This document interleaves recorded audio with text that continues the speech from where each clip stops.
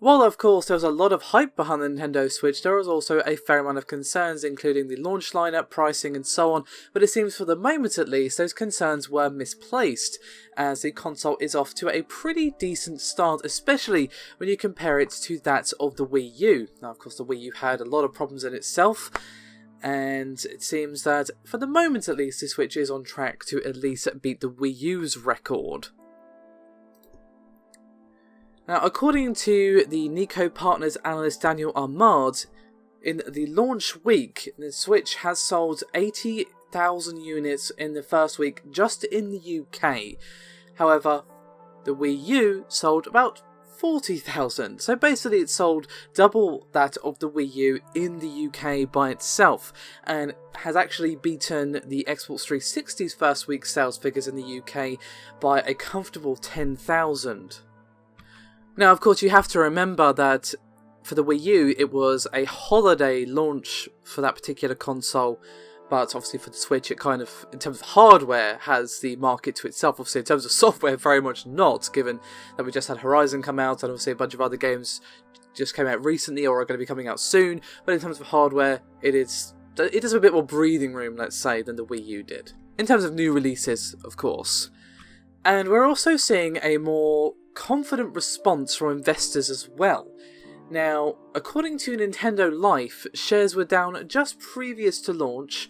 However, they saw a small rise of 4% by the end of business on March the 3rd, but when the Tokyo Exchange closed today, the share price had actually risen to the highest value for the month. Which basically points to a generally positive reception from investors, as of course the system is doing fairly well. But of course, as with most things these days, the launch is critical. Very, very important to have as smooth a launch as possible, because, you only get one release at the end of the day. You only get one first impression, as it were, and then you kind of need to build upon that foundation. Obviously, if you start from a lower point, it is harder to catch up. As we saw with the Xbox One, it started fairly poorly because of, the human tornado known as Don Matrick, but obviously they have done quite well since Phil Spencer took over, but of course they are still playing catch-up because of that rough start. So having such a good start for the Switch is definitely good. However, you have to think about the extreme long game when it comes to hardware. We're talking like the next 4+ years most likely. Obviously, I don't know how long the system's going to be around, but I'd say at least 4 years, if not longer. And we had a comment here on that very subject from Piers Harding Rolls, who is the head of games research at IHS Markit. And he said, quote, "While this early adoption phase is important to build sales momentum, it can only take the Switch so far. Convincing a wider audience to commit to the platform will take some work. A mixture of compelling content and features, price points, word of mouth, and effective marketing will all need to come together to engage this broader audience."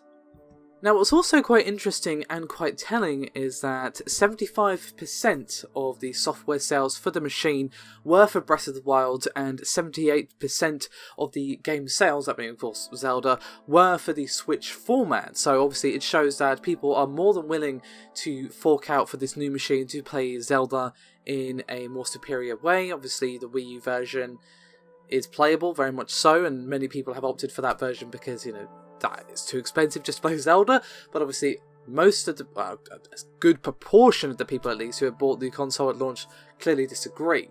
Obviously, Zelda can't carry the system forever, but it's definitely contributing to a successful launch because, from all accounts, Zelda is a very, very good game indeed. But of course, we have yet to see the true success of the machine. It's off to a pretty decent start. Obviously it's fairly weak in comparison to the PS4, which had 250,000 in its first week in the UK. But again, that was a Christmas time release. This is a March release where people may have just gotten a new console for Christmas, and obviously the launch lineup isn't brilliant, yada yada yada. Could go on all day about this and reiterating points that I've already made, not only in this video but previous videos as well. But you get my point.